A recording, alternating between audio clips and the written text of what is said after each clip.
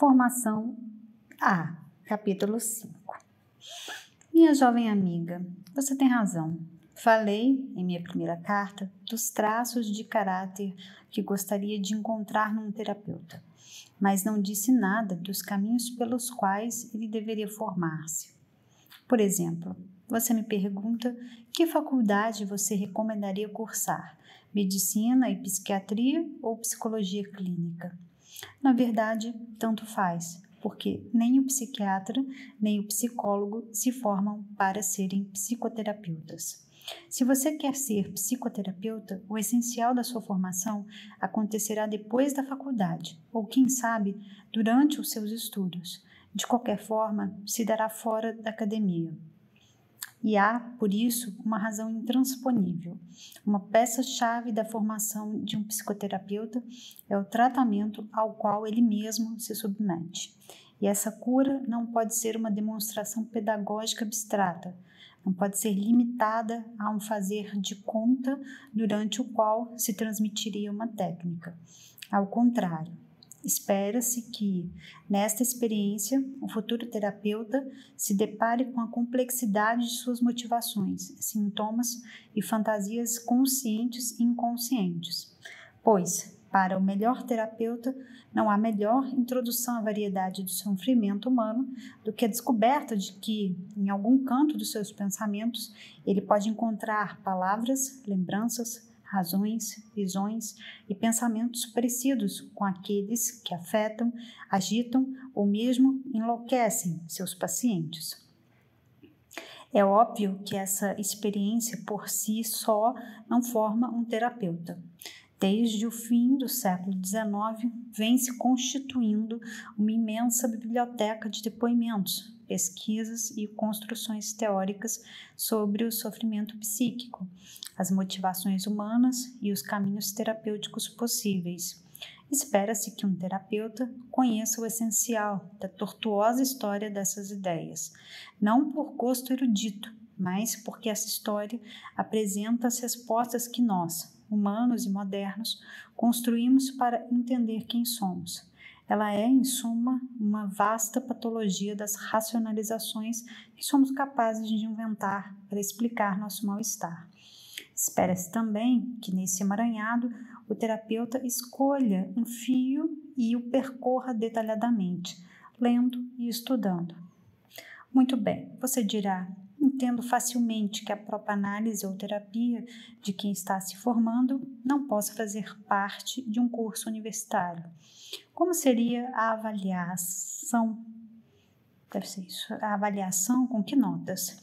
E quem garantiria a absoluta confidencialidade das coisas ditas? Qual seria a qualidade da relação terapêutica? Se ela for, ao mesmo tempo, uma espécie de exame. Mas, e o estudo dos textos? Por que não seria responsabilidade de um curso universitário? De fato, hoje existem mestrados em psicologia clínica e em psicanálise, nos quais esse estudo é proposto e acontece. No entanto, a diversidade das orientações psicoterápicas pediria uma multiplicação de pós-graduações. Só em psicanálise seriam necessários 5 ou 6 cursos diferentes. Além disso, de qualquer forma, o estudo universitário não é exatamente equivalente ao estudo proporcionado pelos institutos de formação. A compreensão dos textos não é a mesma.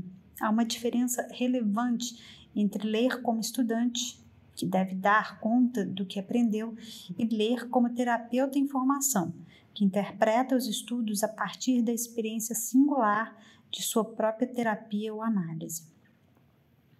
Por essas razões, no mundo inteiro, a formação do psicoterapeuta é proposta por instituições privadas que inventam, cada uma do seu jeito, formas de ensino de aprovação e reprovação compatíveis com este estranho currículo, no centro do qual está a coragem do candidato que se questiona radicalmente em sua terapia ou análise. Anos atrás, o governo italiano foi pressionado pela classe médica a regulamentar a profissão de psicoterapeuta. A ideia dos médicos e psiquiatras que pediam essa legislação era definir oficialmente a psicoterapia como ato médico, podendo ser praticado legitimamente só por doutores em medicina. Com isso, os psicólogos e demais terapeutas não médicos estariam sob tutela, ou seja, pagariam para os médicos supervisões obrigatórias. O governo achou a proposta boa, examinou a questão e chegou à seguinte conclusão: nem médicos, psiquiatras, nem psicólogos recebem uma formação acadêmica que possa ser considerado suficiente para exercer a psicoterapia sem constituir perigo para a saúde mental do cidadão. A dita formação é administrada por instituições privadas de várias orientações. Portanto, foi constituído um conselho das instituições estabelecidas e reconhecidas, e esse conselho decide quem é habilitado ao exercício da psicoterapia. O governo italiano agiu de maneira certa. Contudo, minha preferência é para a situação que vige hoje no Brasil e na maioria dos países em que a prática da psicoterapia não é regulamentada. Claro, para quem procura um psicoterapeuta, seria simpático que um carimbo oficial garantisse que o terapeuta foi formado por uma instituição reconhecida. O problema é que isso implicaria que cada terapeuta se formasse inteiramente numa única instituição, do qual seria membro carimbado. Sumiriam na ilegalidade, portanto, os numerosos terapeutas e analistas, digamos assim, independentes, sem carteirinha ou de um partido só. Formações unívocas, ligadas à doutrina de uma instituição só, ganhariam em rigor, mas perderiam em complexidade e em liberdade. A perda, a meu ver, seria maior do que o ganho. Alguém me lembrará que vários institutos de formação psicanalítica não são doutrinários, ao contrário, eles cultivam a pluralidade. Concordo, e são os institutos que prefiro. Mas a liberdade da qual falo vai além disso. Por exemplo, acho que um pouco de formação em terapia cognitiva ou sistêmica seria útil para um psicoterapeuta motivacional. A grande maioria dos meus colegas psicanalistas achará que essa afirmação é um disparate. Alguns, se eu fosse membro de sua instituição, levaria o caso ao Comitê Central para que tomasse providências. Parênteses, não é um disparate nenhum. De fato, como aquela personagem de mulher falava em prosa e não sabia, até um psicanalista purista age como um terapeuta cognitivo várias vezes por dia, só que não sabe. Mas voltemos ao essencial dessa carta. Imagino que, nessa altura, você observe, se a formação acontece depois da faculdade, em instituições privadas, por que deveríamos escolher ou privilegiar a formação acadêmica em psiquiatria ou psicologia? Se eu quiser me tornar psicoterapeuta e estiver ainda na hora do vestibular, por que não escolheria qualquer faculdade que, quem sabe, me interesse mais? Sei lá, filosofia, direito, história ou matemática. De fato, quase todas as instituições privadas que formam psicoterapeutas aceitam candidatos que não são nem psicólogos nem psiquiatras. Mas meu conselho é o seguinte: se você decidir se tornar psicoterapeuta já no meio da sua vida e sua formação acadêmica for diferente da psiquiatria e psicologia, não volte ao vestibular e aos bancos de universidade. Simplesmente comece sua formação na instituição da sua escolha. Não ser psiquiatra nem psicólogo não constitui um impedimento decisivo. Mas, se você estiver decidindo se tornar psicoterapeuta, na hora de escolher sua faculdade, escolha sem hesitar ou psicologia, ou medicina e psiquiatria. Pois seria errado pensar que, na formação de um psicoterapeuta, os currículos acadêmicos de psiquiatria e de psicologia não adiantariam nada.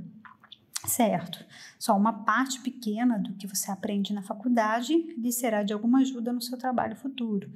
Certo, sua formação efetiva começará provavelmente depois da faculdade, mas mesmo assim há algumas boas razões para não desprezar os estudos da psicologia ou de psiquiatria. As que são mais invocadas, mais frequentemente, são também as menos importantes. Concernem a experiências e saberes que poderão fazer falta na sua formação de psicoterapeuta, mas que ambos, experiências e saberes, poderão ser encontrados de outro jeito. Por exemplo, é indispensável que um psicoterapeuta tenha instrumentos diagnósticos para não confundir, se possível, uma anamnésia histérica com o começo de uma arteriosclerose ou de um Alzheimer, e para se lembrar que uma depressão pode ser o efeito de uma insuficiência de hormônio da tireoide. Na suspeita, é bom encaminhar o paciente para um check-up neurológico, vascular e endócrino. É também indispensável que um psicoterapeuta tenha conhecimento dos princípios ativos dos remédios psicotrópicos mais comuns, pois, embora ele não prescreva, lidará em muitas ocasiões com pacientes que precisam de medicação ou já estão sendo medicados. É importante colaborar com o psiquiatra que prescreverá, assim como é importante distinguir o efeito medicamentoso das mudanças, que nada tem a ver com esse efeito. É útil que o psicoterapeuta conheça os princípios diagnósticos do Manual Estatístico Diagnóstico adotado pela Organização Mundial da Saúde. No mundo em que se viaja muito, não é raro que a gente receba pacientes que carregam consigo diagnósticos dos quais é bom entender como eles foram estabelecidos e o que eles significam.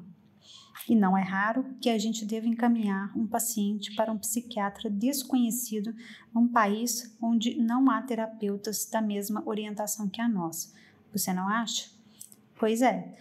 Se um dia um paciente seu apresentar um surto agitado num hotel de Singapura, tente explicar por telefone a um residente em psiquiatria local que seu paciente não é psicótico. Logo, constatará que o DSM pode ser de grande ajuda. Também é necessário, a meu ver, que um psicoterapeuta passe por uma experiência efetiva e consistente com pacientes psicóticos e, se possível, com toxicômagos. Os estágios clínicos universitários respondem a essa necessidade. Agora, esses saberes e essas experiências podem ser adquiridos sem passar pelas faculdades de psicologia ou medicina e psiquiatria. Meu caso é uma boa ilustração.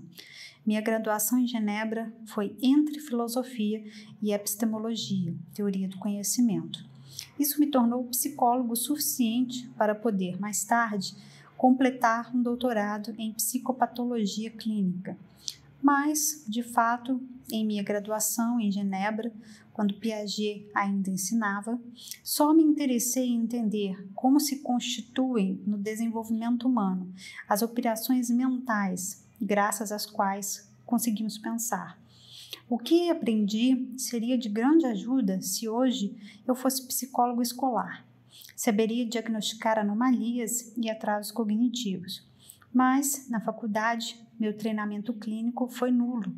Ou seja, quando decidi me consagrar à clínica, não tinha passado por nenhum estágio. Não conhecia o DSM, nem os princípios ativos dos remédios psicotrópicos, etc.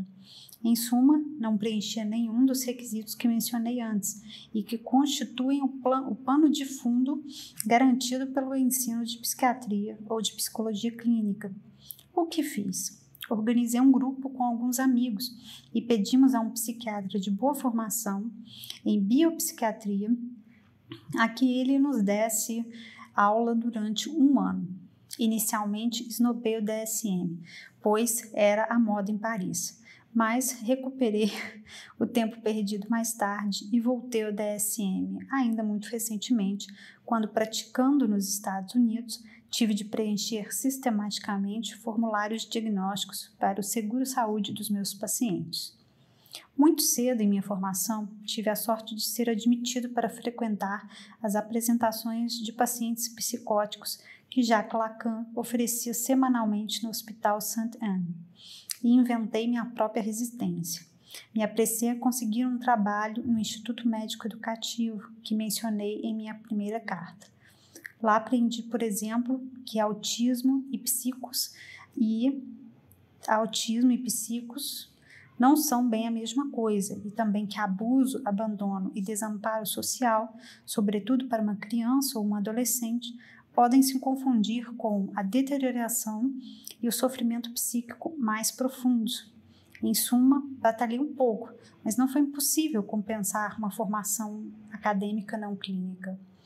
Ora, há uma outra razão que torna o currículo de psicologia clínica ou de psiquiatria interessante para um psicoterapeuta. É esta razão que me parece hoje a mais importante. Quem não passa pelo ensino clínico universitário em geral, forma-se só e exclusivamente na orientação específica da instituição que escolheu. Por exemplo, minha formação foi na École Freudienne de Paris, a escola fundada e dirigida por Jacques Lacan. Por graça divina e vontade de Lacan, sem dúvida, era considerado crucial ler a obra de Freud até cansar. Salvo as devidas exceções e as curiosidades pessoais de alguns, o clima geral sugeria que, para a psicanálise anglo-saxã, por exemplo, era suficiente conhecer os chavões críticos e palavras de ordem irônicas. Depois da morte de Lacan, a coisa piorou. Cada vez mais lacaniano só lê Lacan. Você pergunta, qual é o problema? À primeira vista, poderíamos pensar que é melhor assim. Afinal, o terapeuta aprende mais da orientação que sustentará sua prática, ou seja, aprende mais do que importa, não é? Do que importa. Tá. Pode ser. Acontece que, de fato, medindo cuidadosamente as palavras, uma formação policiada para ficar circunscrita a uma prática só e ao ensino que lhe corresponde, está levando gerações de terapeutas e analistas a valorizar o não compromisso com os pacientes, mas a reprodução e a preservação da doutrina na qual se formaram. A orientação terapêutica na qual você se formou ou está se formando, minha jovem amiga, não é uma ideologia, nem uma fé na qual seria preciso que você acreditasse, nem uma espécie de dívida que você contraiu com seus mestres e que a forçaria a se fazer repetidor e arauto fiel. Nisso, uma formação acadêmica de psicólogo ou de psiquiatra pode ser de grande auxílio. Apesar da multiplicação de departamentos vigiados por obediências teóricas, a variedade do ensino universitário ajuda a levar a sério a frase famosa de Aristóteles, apenas modificada. Platão é meu amigo, mas meus pacientes são mais amigos ainda. Abraço.